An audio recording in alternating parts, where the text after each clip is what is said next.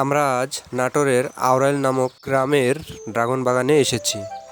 এই বাগানের উদ্যোক্তা মোহাম্মদ জামিল হোসেন। এই বাগানটি পুরো ৮ বিঘা জমির ওপর রোপণ করা হয়েছে।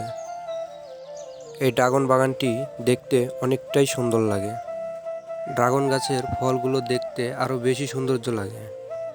ফলগুলো দেখতে যেমন সুন্দর, খেতেও তেমন সুস্বাদু। এই ড্রাগন ফলের অনেক রকম জাত রয়েছে।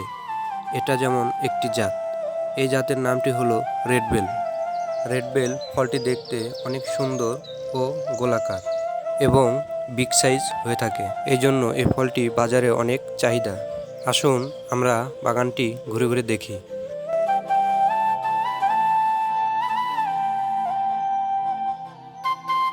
আমার এই পেজটি লাইক, শেয়ার ও কমেন্ট করে দিন।